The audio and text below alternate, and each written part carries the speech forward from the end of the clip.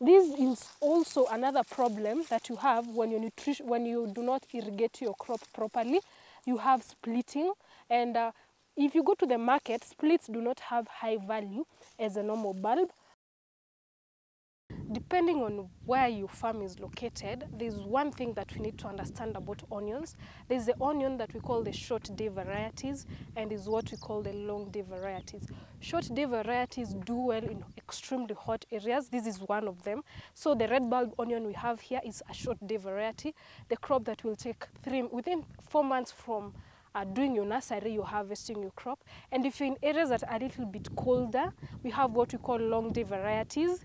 You need to understand your area, and when you have a long day variety, it will be okay even with shorter hours of sunlight, or when the intensity of the sunlight is not enough. There's a variety that can work well in such kind of an area. So those are the things a farmer must consider. You don't go out here and they come and tell you this is variety, onion doctor's varieties, and you want to do it. You have to understand the climatic condition of your area so that you are able to choose the correct kind of variety. Another thing, when we come to the soil, there's nothing like the good type of soil. What we do is what we do a soil test, analysis, and a report. So when you get a soil test done, and for ourselves, our products, of course, we have collaborations with soil testing companies, but our products are just tailored for onion production. So for that way, we know this soil, if it's a black cotton soil, if it's an acri soil, areno soils. I could go on about soils. I am a soil scientist, but let's not dive into that.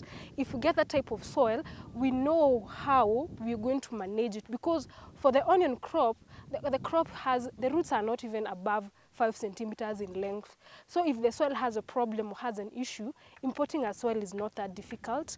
And those are some of the things that you can be able to work around to have your farm done for the onions. And another thing that is just a sure bet when you're having your onion production is getting manure. Goat manure works wonders. It works wonders because there's a way you can use the goat manure for both nutrition, and it can act as a mulch. So you don't have to spend a lot of money on water. There's a way you can work with the goat manure so that it also becomes a mulch as much as it is giving you nutrition.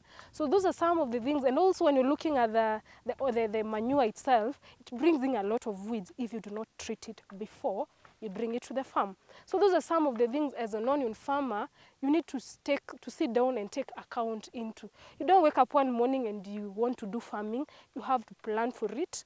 Because it's a project, it's an expensive project, you have to have a project plan for it so that you're able to minimize on the weed costs. When I said about treating the manure, what does that one mean? It means I will not have a lot of weeds in my crop. So that means what? There will be no competition, that's first of all.